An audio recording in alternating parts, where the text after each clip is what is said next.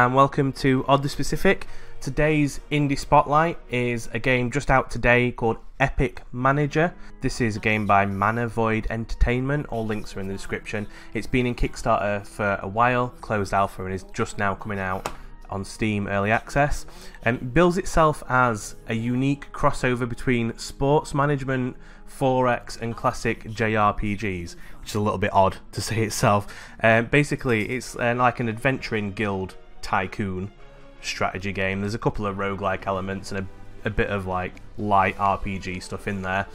But it's an interesting little game, and I'm just going to run through the basics of it with a little bit of footage playing in the background from the game as I've played it so far. This is still in alpha, so bear in mind that I'm not playing the full release, so if there is any bugs or anything, that's just purely because it's an alpha and these things happen. So when you set up your game, you're greeted with making your guild, your adventurers guild, and some simple choices in there, a couple of kind of little RPG elements. Then you select your first character, so there's a whole wealth of the kind of classic classes you'd expect from this kind of game. I think I ended up starting with the sellsword, but they've got the combat, the rogue dexterity type ones, and then the magic and the defense and support ones. I think the bard is like the one right at the end there. Interestingly as well, you can also multi-class, so if you're strong in like a combat speciality, you might want to pick up a second class later on that makes use of that. I'll show you some of the combat later on, but I think it's fairly, it's fairly standard fare for the genre. Each character can have positive traits and negative traits, and they'll pick these up as they go through the game. Kind of like Darkest Dungeon, certain events will happen which will trigger them getting these like sort of extra modifiers. So there's a whole lot of stuff going off in the UI at the start. You'll get used to it pretty quick. Not much of it is relevant. The gold at the top is your total cash pool for buying items and that kind of thing, but it's also where your salaries will come out of for your heroes, so you can't have like mega expensive heroes on your payroll if you want to continue. There's a faction system in the game as well. There's three main factions at the start, like the sort of three true kings as it were. Heirs to the throne, you do missions for each one. Haven't really seen much interaction, so there wasn't any penalty that I saw for taking missions from all three factions, although the game does say that there will be. When you're playing it, it suggests that there will be a negative consequence for doing a mission for one faction above the other, but I played a couple of hours through and not really had any negatives or positives either way. So I'm going to cut a battle in from later on in the game, just at this point, just so you can see the kind of things that go on, because the first couple of battles are a little bit simple. Well, that said, the combat really hasn't struck me as particularly challenging. Once you get to a certain like critical mass of having a healer and having an AoE damage and someone to buff, like you get a very strong core group, and that will pretty much deal with all comers as far as I've seen so far.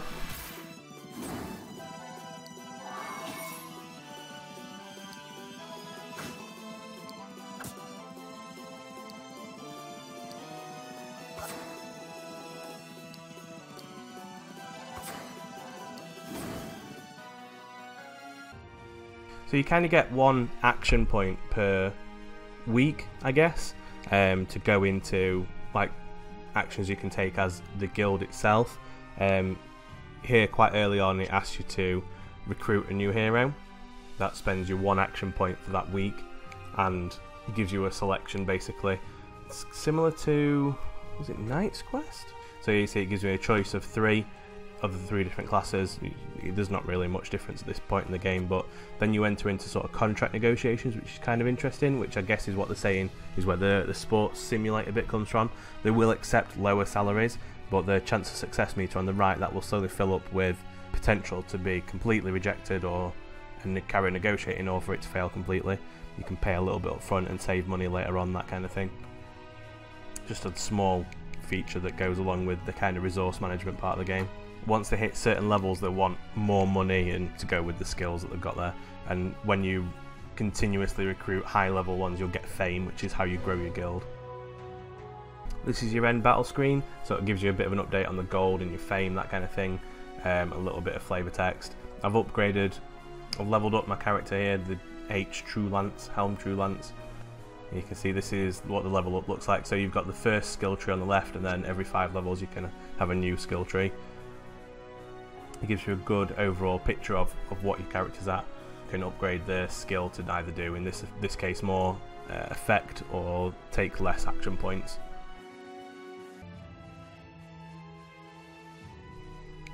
When you level up your agency, you get this screen here, which basically gives you, it's like a talent tree for your overall agency. Every time you get enough fame, you can level up, and then at certain levels you can increase the license, which is like the league you can be in for your guild. Some simple stuff at the bottom, but there's some interesting stuff further up the tree. This is a champion, basically, I think gives an XP boost to one character as part of your contract negotiations. But yeah, each one takes a research point, you get 1 per level. You saw their staff, I'll show a quick screen of the staff bit. That basically gives you small boosts to your agency, so plus 2% damage for all attacks, that kind of thing, plus 5% gold from quests. At the end of every, it says trimester, I think it's a quarter, I think it's 12 weeks, I'm not sure, I didn't really check. You get basically an update. The bottom 2 teams, the bottom 2 guilds or agencies get knocked out, and you continue on. Sometimes with a little bit of fame or a little bit of gold, but all the other agencies hating you. You can take actions against other agencies to bring their fame down, so that by the end of the year you finish on top. You can also use your scout points that you get 1 a week of to go to merchants, which I found I was doing quite a lot just to get rid of the tat that I had in my inventory like this, because you don't use a lot of the items, to be honest, because it takes action points in the game. So unless it's really going to make a lot of sense for you, and here's the staff screen as well, unless it's really going to make a lot of sense for you to use it, you're usually better off just putting more damage or a heal down. This is the blacksmith. On the right you can see the kind of like skill kits, I think they're called in this, where they'll just give you like a bonus, like a flat bonus, like plus 10% dodge or something like that. So those are just the basic ones.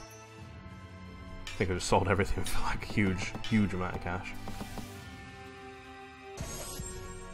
So here's one of the random encounters, which are usually like a battle, but in this case it's like a flavour event, and because I've got a priest in the party, I've got a special option in blue at the bottom to have the priest go and talk to him, and that results in me not having to have any sort of fight with him, which is just a nice little way to pass time that isn't fighting.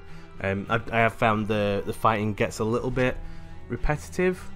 There's not a lot of depth to it, but I haven't got a massive amount into the game, to be fair. I have only done the first year.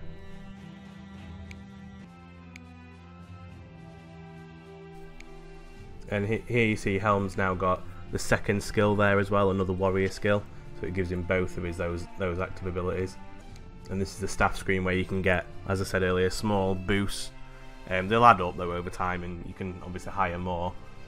I assume later in the game you get free scout points to help you do more things, so it looks like some of those take maybe 2 or 3. And here you see where you can have 2 skills. I went as quickly as possible to get some AoE, because it feels like if you get 2 AoE damages, that's pretty much it. There's a lot of physical resistance, which makes your warriors a little bit less than useful, but you can reskill them into more support classes, like giving you more action points, that kind of thing, taking away negative effects, which is kind of handy. There's probably one in there for taking away positive effects on the enemy. They seem to do a lot of like defense stuff, like plus 100% physical resistance for 2 turns. That can be a bit annoying.